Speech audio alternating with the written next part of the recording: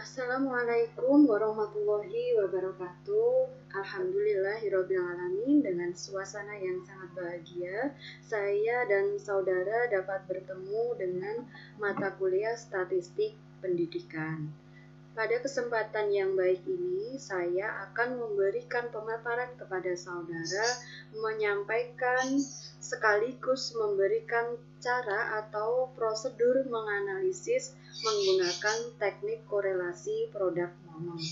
Tujuan saya memberikan pemaparan ini agar saudara dapat mengaplikasikan analisis suatu data menggunakan teknik korelasi produk momen. Seperti yang kita ketahui bahwa teknik analisis produk momen itu merupakan bagian dari teknik analisis korelasional. Nah, teknik korelasional itu memuat 4 jenis korelasi, ya, teknik korelasi. Yang pertama itu adalah teknik korelasi produk momen. Yang kedua adalah teknik korelasi tata jenjang. Yang ketiga itu adalah teknik korelasi koefisien P. Dan yang keempat adalah teknik korelasi koefisien kontingensi.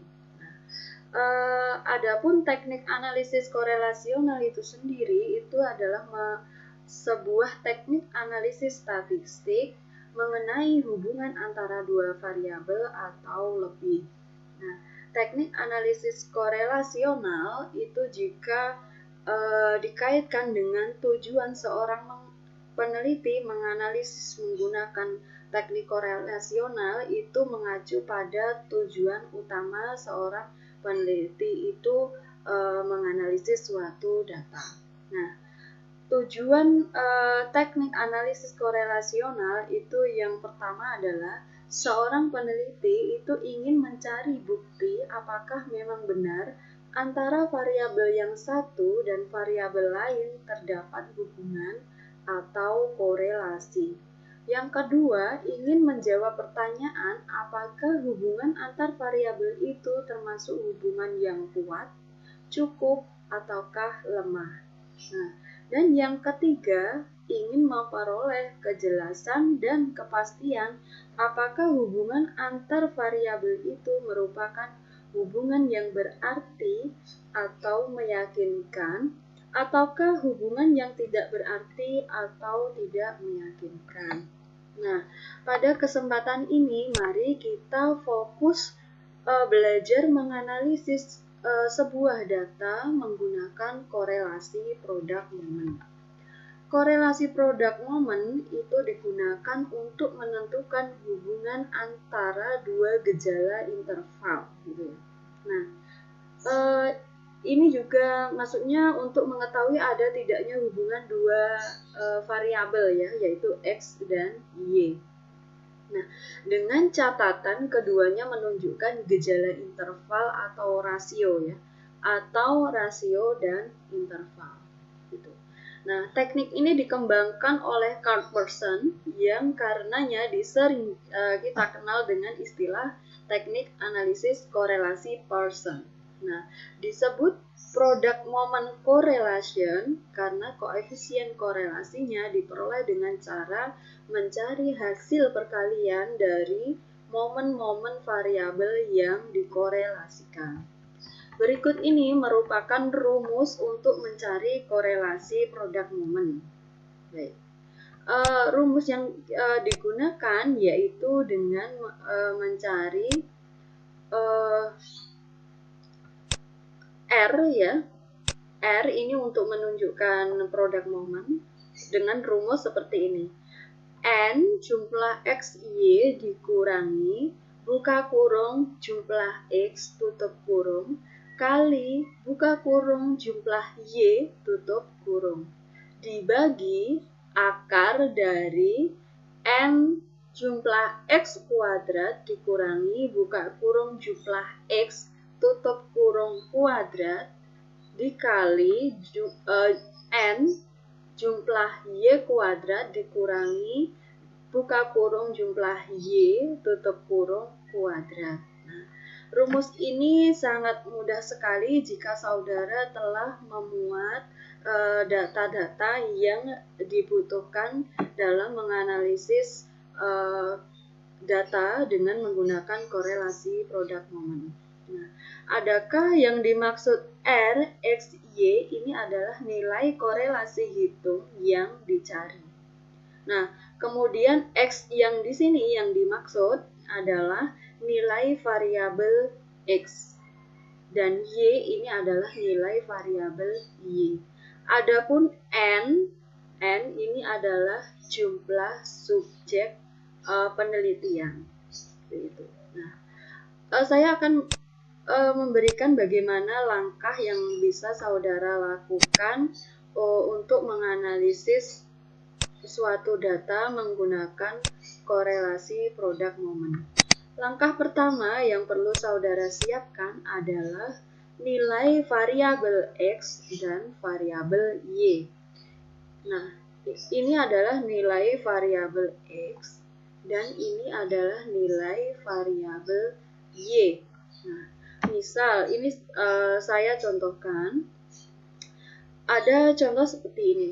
Seorang peneliti ingin mengetahui ada tidaknya hubungan antara prestasi belajar dalam mata pelajaran bahasa Indonesia dengan kemampuan mengarang. Nah, hasil pengumpulan data ini menunjukkan bahwa dari 5 siswa itu diperoleh nilai bahasa Indonesia dan nilai mengarang. Nah, siswa yang pertama itu mendapat nilai bahasa Indonesia itu 8 dan nilai mengarang juga 8. Siswa yang kedua itu mendapat nilai bahasa Indonesia 7 dan nilai mengarang 8. Siswa ketiga memperoleh nilai bahasa Indonesia 8 dan nilai mengarang juga 8. Siswa yang keempat memperoleh nilai bahasa Indonesia dan nilai mengarang itu 9. Dan siswa yang kelima memperoleh nilai bahasa Indonesia dan nilai mengarang itu sebesar 7. Nah, kalau kita telah menyiapkan sebuah data atau nilai seperti ini, barulah kita menyiapkan sebuah tabel kerja dengan 5 kolom untuk nilai-nilai X, Y, seperti ini tabelnya. Jadi setelah kita ada data, kita menyiapkan tabel kerja yang memuat 5 kolom. 1, 2, 3, 4, 5, dan 6 ya. Siswanya ini tidak dibutuhkan. Baik, kolom itu memuat nilai X, nilai Y, nilai X kuadrat, nilai Y kuadrat, dan nilai X dikali Y atau nilai X, Y. Gitu. Nah, kalau kita sudah mengetahui ini, kita tinggal menyesuaikan dengan rumusan yang diinginkan dalam kolom ini. Kemudian baru kita memasukkannya dalam sebuah rumus, yaitu rumus product moment. Nah, berdasarkan tabel kerja itu diperoleh bahwa N-nya adalah 5, kemudian nilai X itu adalah 39, nilai Y itu 40, nilai X kuadrat adalah 307, dan nilai Y kuadrat itu 322, dan nilai XY itu adalah 314. Nah, kalau kita sudah menjumlahkan tabel kerja, sudah menyelesaikan tabel kerja ini, selanjutnya adalah memasukkannya dalam sebuah rumus product moment.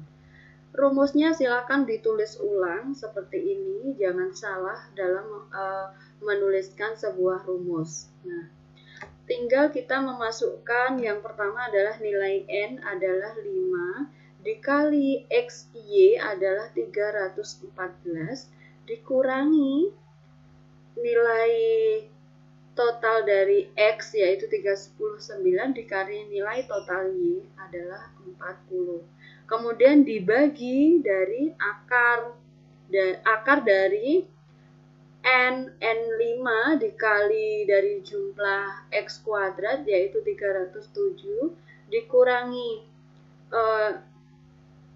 total dari X yaitu 39 kuadrat, kemudian dikalikan dengan nilai N 5 dikali jumlah dari Y kuadrat yaitu 322 dikurangi nilai dari Y yaitu 40 kuadrat gitu. Nah, dari perhitungan ini diperoleh nilai akhir sebesar 0,845. Nah, kalau kita sudah menemukan nilai produk momen ini, kita simpan dulu. Nah, kemudian kita barulah mencari nilai dari R pada tabel statistik. Nah, kita melihatnya pada tabel produk momen ya. Nah, di sini diketahui bahwa nilai pada DB-nya ya, kita tetap mencari DB-nya. Ini DB-nya adalah 5. 5 ini digunakan untuk mencari nilai pada tabel R gitu ya. Tabel R atau tabel produk momen. Nah, dengan taraf signifikansinya adalah 0,05. Menggunakan DB5 itu diperoleh adalah 0,754 gitu. Jadi setelah kita menyelesaikan tabel kerja, memasukkan dalam rumus, selanjutnya membandingkan nilai R yang kita peroleh atau R hitung itu dengan R pada tabel statistik. Nah, mari saya tunjukkan tabel statistik R. Semoga ada di modul ini. Sepertinya ada. Nah, ini. Tabelnya ini ya. Tabel R pada N5. Ini ya tabelnya. R-nya adalah 0,754 gitu. Nah, ini untuk taraf signifikasi 0,05. Kita hanya perlu menggunakan signifikasi 0,05 ya. Kemudian kita mencari DB atau N-nya diperoleh yaitu 5. 5 kita tarik ke sini, nilai R-nya adalah 0,745. Nah, setelah kita mengetahui R hitung dan R pada tabel, selanjutnya kita mengambil sebuah keputusan dengan berpedoman pada 3 hal sebagai berikut ya. Sebentar, saya carikan, saya bukakan lagi nilai-nilai yang tadi. Nah, ini ya. Nah, kemudian kita memasukkan dalam sebuah keputusan atau pengambilan keputusan. R statistik ini adalah R hitung kita 0,845, kita tuliskan di sini. Kemudian tabelnya R tabel itu adalah 0,754. Nah, bagaimana caranya mengambil sebuah keputusan? Yang pertama, jika R hitung itu lebih besar dari R tabel itu taraf signifikasi 1%, maka dikatakan sangat signifikan. Akibatnya H0 ditolak. Nah, yang kedua, jika R hitung lebih besar dari R tabel taraf signifikasi 5%, maka dinyatakan signifikan. Akibatnya H0 ditolak. Dan yang terakhir, jika R hitung lebih kecil dari R tabel taraf signifikasi 5%, maka dinyatakan tidak signifikan. Akibatnya H0 diterima. Nah, mari kita bandingkan hasilnya dari R hitung dengan R tabel. Nah, R hitung itu adalah 0,845. R tabel itu adalah 0,754. Sehingga nilai R hitung itu lebih besar dari R tabel. Maka akibatnya H0 itu ditolak gitu ya. Nah, dari pemaparan ini tentunya sangat mudah kita untuk menginterpretasikan, yaitu terdapatnya hubungan antara prestasi belajar bahasa Indonesia dengan kemampuan mengarang gitu ya. Jadi jika nilai R hitungnya itu lebih besar, maka terdapatlah sebuah hubungan gitu. Nah, selain menggunakan pedoman tabel R product moment gitu ya, seperti yang saya uraikan sebelumnya. Nah, kita juga bisa mengikuti panduan seperti ini. Ini untuk memudahkan seorang peneliti, tentunya adalah saudara, untuk menginterpretasi sebuah hasil dari analisis suatu data menggunakan product moment. Nah, pedoman patokan ini bisa saudara gunakan. Nah, misalnya gini, besarnya R product moment itu tadi kita besarnya adalah 0,8. 0,8 itu letaknya ada di sini. Nah, jadi interpretasinya kita bisa membacanya berarti seperti ini, antara variabel X dan variabel Y itu terdapat korelasi yang kuat atau tinggi. Nah, jadi saudara selain bisa melihat tabel nilai pada tabel R gitu ya, saudara bisa juga menggunakan pedoman ini untuk memberikan sebuah interpretasi terhadap sebuah data yang telah dianalisis gitu. Misal hasilnya adalah 0,3 sekian gitu, berarti variabel X dan Y itu terdapat korelasi yang lemah ataupun rendah gitu. Nah, dari perkiraan ini kita telah bisa memberikan suatu interpretasi terhadap sebuah data. Nah, dari patokan tersebut itu disimpulkan memang letaknya hasil penelitian yang telah kita uraikan tadi itu berada pada baris ini, yaitu prestasi belajar bahasa Indonesia dan kemampuan mengarang itu terdapat korelasi yang kuat atau tinggi gitu. Gitu ya. Saya rasa saudara bisa menganalisis data melalui latihan 10 yang bisa saudara lihat pada data berikut ini. Nah, mari kita berlatih melalui latihan 10 ya. Silakan seperti biasanya saudara bisa menganalisisnya melalui sebuah catatan. Nah, ini petunjuknya seperti ini. Dalam suatu penelitian ingin dibuktikan apakah ada korelasi antara nilai pretest dan posttest dalam mata kuliah sintaksis. Hasil pengumpulan data menunjukkan seperti ini.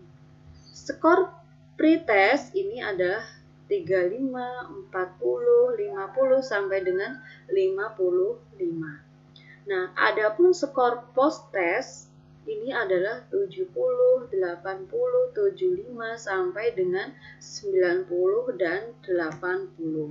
Nah, dari kedua variabel ini anggap saja skor pretest ini adalah nilai X dan skor posttest ini adalah skor Y. Kemudian saudara masukkan dalam sebuah tabel kerja yang memuat 5 kolom tadi ya. X, tabel X, kolom X, kolom Y, kolom X kuadrat, kolom Y kuadrat, dan kolom XY. Kemudian masukkan rumus, hasilnya ditemukan, dan setelah menemukan hasil atau R hitungnya dibandingkan dengan R pada tabel atau langsung menggunakan pedoman yang di atas ini tadi. Gitu. Baiklah, saudara pasti bisa karena ini analisis ini sangatlah mudah gitu. Tetap semangat dalam hitung-menghitung meskipun kita belajar pada bidang pendidikan bahasa Indonesia, namun statistik ini sangat kita perlukan untuk menganalisis suatu data yang kita peroleh dalam suatu pembelajaran. Baiklah, tetap semangat. Jangan lupa berlatih untuk mengerjakan latihan 10 ini ya. Terima kasih. Assalamualaikum warahmatullahi wabarakatuh.